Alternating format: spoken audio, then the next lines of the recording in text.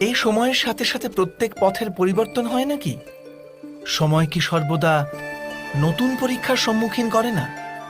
তাহলে বিগত সময়ের অভিজ্ঞতা নতুন প্রজন্মকে কি লাভ দিতে পারে? দ্বিতীয় প্রশ্ন, প্রত্যেক সন্তানই কি তার মাতা পিতার প্রতিচ্ছবি হয়? হ্যাঁ, সন্তানকে তার শিক্ষা তো অবশ্যই তার মাতা পিতা প্রদান করেন, কিন্তু অন্তরের ক্ষমতা? অন্তরের ক্ষমতা ঈশ্বরের দান। তবে যে পথে চলে পিতা সাফল্য পেয়েছে, এটা কি নিশ্চিত যে সেই পথে চলে তার সন্তানও সাফল্য আর সুখ লাভ করতে পারবে? তৃতীয় প্রশ্ন, জীবনে সংঘর্ষ আর পরীক্ষায় কি লাভ প্রদান করে না? প্রত্যেক নতুন প্রশ্ন কি এক নতুন উত্তরের দ্বার খুলে দেয় না?